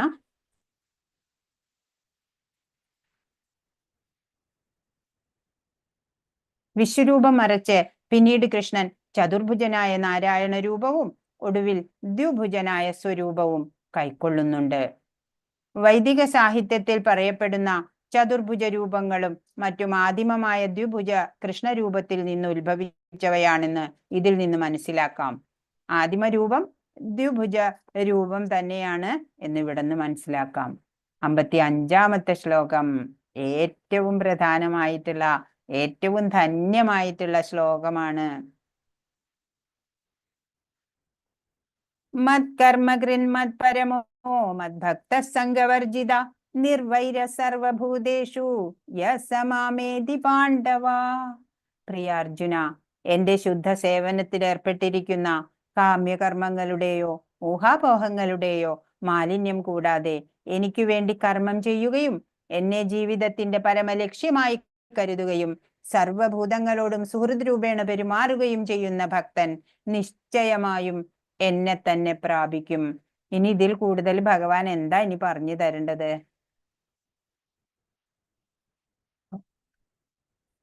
ഏകാഗ്രമായിട്ടുള്ള ഭക്തി സാധന കൊണ്ടേ കൃഷ്ണനെ അറിയാൻ സാധിക്കുള്ളൂ. വൈദിക ഗ്രന്ഥങ്ങളിലൊക്കെ പറയുന്ന ആധികാരിക നിബന്ധനകള് അതൊക്കെ നമ്മൾ തപശ്ചര്യയോടെ അനുസരിക്കുക, തപസ് അനുഷ്ഠിക്കുക. അങ്ങനെ കഠിന പ്രയത്നം കൊണ്ട് നേടാവുന്ന ഈ കൃഷ്ണഭക്തി അത് ഉദാരമായിട്ട് വിതരണം ചെയ്തു. ആരാണ്? നമ്മുടെ ശ്രീകൃഷ്ണ ചൈതന്യ മഹാപ്രഭു. ഏറ്റവും വലിയ ദാനശീലൻ അദ്ദേഹമാണ്, മഹാപ്രഭുവാണ് എന്ന് രൂപഗോസ്വാമി പറഞ്ഞിട്ടുണ്ട്. ആ കരുണാവതാരം ഇല്ലായിരുന്നു എങ്കില് ഇന്നിപ്പോ നമുക്ക് ഈ പ്ലാറ്റ്ഫോമിൽ ഇരുന്നു കൊണ്ട് ഭഗവത്ഗീത കേൾക്കാൻ പോലും കഴിയില്ലായിരുന്നു. ആ ചൈതന്യ മഹാപ്രഭു കാരണത്താലാണ് നമ്മുടെ ഈ പ്രസ്ഥാനം ഇസ്കോൺ തന്നെ സ്ഥാപിതമായത്. അപ്പൊ ഭഗവാന് വേണ്ടി പ്രവർത്തിക്കുക, ഭഗവാനാണ് പരമലക്ഷ്യം. ഭക്തനാവുക, ദുസ്സംഗം വർജിക്കുക, സർവഭൂതദയ ഉണ്ടാവുക. അങ്ങനെ നമുക്ക് ഭഗവാന്റെ അടുത്ത് പോവാൻ യോഗ്യരാവാം എന്നാണ് ഭഗവത്ഗീതയുടെ സത്ത് മുഴുവനും ഈ 55-ാമത്തെ ശ്ലോകം കാണിച്ചു തരുന്നുണ്ട്, ഉൾക്കൊള്ളിച്ചിട്ടുണ്ട്. ഈ ശ്ലോകത്തില് ബദ്ധരായ ജീവാത്മാക്കൾക്ക് തങ്ങളുടെ ആത്മീയ സത്തയെയും പരമപുരുഷനുമായിട്ടുള്ള ആ ശാശ്വതമായിട്ടുള്ള ബന്ധത്തിനെയും കുറിച്ച് മനസ്സിലാക്കാനും എങ്ങനെ സ്വധാമത്തിലേക്ക് അവിടെ ഭഗവത് സന്നിധിയിലേക്ക് തിരിച്ചെത്താമെന്നും ഭഗവത്ഗീത നമുക്ക് പറഞ്ഞു തരുന്നുണ്ട്. അപ്പൊ നമ്മൾ എന്താ വേണ്ടേ? ഒരു ഇല ഇപ്പൊ മരത്തിൽ നിന്ന് നമ്മൾ പറിച്ചെടുത്തു വിചാരിക്കുക, അത് പെട്ടെന്ന് തന്നെ വാടിപ്പോവും അല്ലെ? മരത്തിനോട് ബന്ധപ്പെട്ട് നിൽക്കുമ്പോൾ അതിന് കുഴപ്പമില്ല, അല്ലേ? അതിന്റെ സമയത്തുമ്പോ അത് പഴുത്തു പോവും. എന്നാലും അപ്പോൾ നമ്മൾ ഭഗവാനോട് ബന്ധപ്പെട്ട് ജീവിക്കുക. അപ്പൊ നമുക്ക് ആനന്ദം ഉണ്ടാവും. അനന്യ ഭക്തി കൊണ്ടേ ഭഗവാനെ പ്രാപിക്കാനാവുള്ളൂ. അതാണ് നമ്മളിവിടെ മനസ്സിലാക്കേണ്ടത്. അന്യാഭിലാഷിതാശൂന്യം ജ്ഞാനകർമാദ്യനാവൃതം ആനുകൂല്യേന കൃഷ്ണാനുശീലനം ഭക്തിരുത്തമ. ഭഗവാൻ അനുകൂലമായിട്ടുള്ള കാര്യങ്ങൾ നമ്മൾ ചെയ്യുക. അന്യ അഭിലാഷങ്ങൾ ഒന്നും വേണ്ട. ഭഗവാനെയാണ് കിട്ടേണ്ടത്. നമുക്ക് ഭഗവാനെയാണ് അഭിലഷിക്കേണ്ടത്. അങ്ങനെ ജ്ഞാനമാർജിക്കുക. അങ്ങനെ ഈ അനുകൂലമായിട്ട് ഭക്തിക്ക് പ്രതികൂലമായതൊക്കെ നമ്മൾ ഒഴിവാക്കുക. അങ്ങനെ ഭഗവാനെ അനുശീലനം ചെയ്യുക. അങ്ങനെ വരുമ്പോഴേ നമുക്ക് ഭഗവത് പ്രാപ്തി ഉണ്ടാവുള്ളൂ. അപ്പൊ അർജുനനോട് എന്താ ഭഗവാൻ പറയണത്? എന്റെ ശുദ്ധ സേവനത്തിൽ ഏർപ്പെട്ടിരിക്കുന്ന കാമ്യകർമ്മങ്ങളുടെയോ ഊഹാപോഹങ്ങളുടെയോ മാലിന്യം കൂടാതെ എനിക്ക് വേണ്ടി കർമ്മം ചെയ്യുകയും എന്നെ ജീവിതത്തിന്റെ പരമലക്ഷ്യമായി കരുതുകയും സർവഭൂതങ്ങളോടും സുഹൃദ് രൂപേണ പെരുമാറുകയും ചെയ്യുന്ന ഭക്തൻ നിശ്ചയമായും എന്നെ പ്രാപിക്കും. സർവഭൂത ദയ ഉണ്ടാവണം, അല്ലേ? ഭഗവാനായിക്കൊണ്ട് എല്ലാ കർമ്മങ്ങളും ചെയ്യണം. ഭഗവാനാണ് പരമലക്ഷ്യം എന്ന് മനസ്സിലാക്കി പ്രവർത്തിക്കണം. അങ്ങനെ ചെയ്യുന്നവര് എന്നെ തന്നെ പ്രാപിക്കും എന്നാണ്. എത്ര സിമ്പിൾ ആയിട്ടാണ്, അല്ലെ, ശ്രീല പ്രഭുപാദ് നമുക്ക് ഭാവാർത്ഥം വിവർത്തനം ഒക്കെ ചെയ്തു തന്നിരിക്കണത്.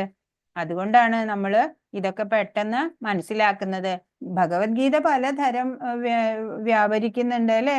ഇവിടെ ഉണ്ട്, പ്രബലമായിട്ട് നടക്കുന്നുണ്ട്. പക്ഷെ ഒന്നും വായിക്കുമ്പോൾ നമുക്ക് അത്ര വ്യക്തത കിട്ടാറില്ല, അല്ലെ? പക്ഷെ പ്രഭുപാദിന്റെ യഥാരൂപം എന്നുള്ള പുസ്തകം നമുക്ക് വളരെ യൂസ്ഫുൾ ആയിട്ട് പെട്ടെന്ന് തന്നെ എളുപ്പത്തിൽ മനസ്സിലാക്കാൻ പറ്റുന്ന രീതിയിലുള്ള വിവരണമാണ് അതിലുള്ളത്. അതുകൊണ്ട് തന്നെ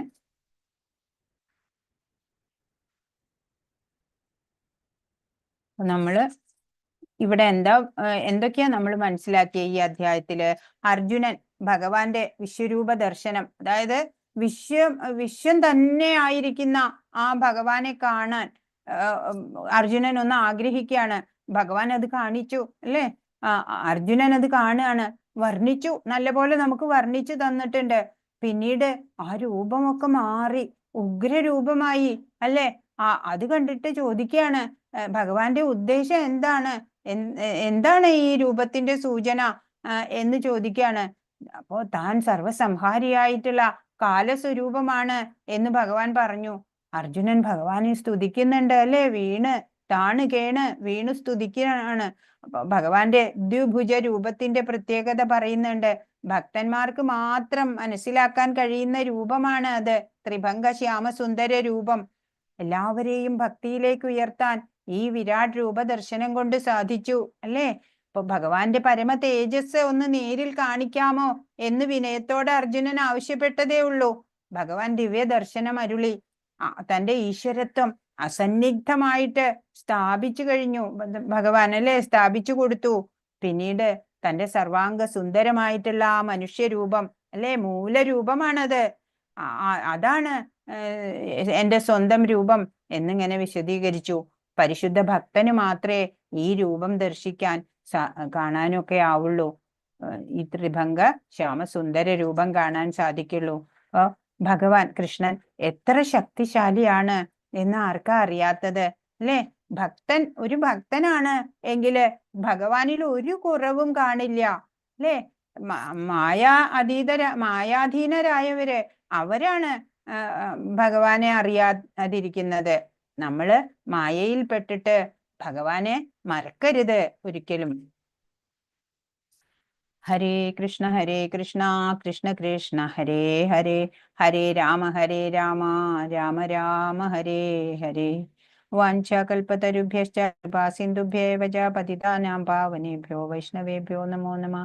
അനന്തകോടി വൈഷ്ണവ വൃന്ദ കി ജയ്. ശ്രീല പ്രഭുപാദ് കി ജയ്. ഗുരു മഹാരാജ് കി ജയ്. ഹരേ കൃഷ്ണ. സർവം ശ്രീകൃഷ്ണ അർപ്പണമസ്തു. ഹരേ കൃഷ്ണ. എന്തെങ്കിലും സംശയം ഉണ്ടെങ്കിൽ ചോദിക്കൂ.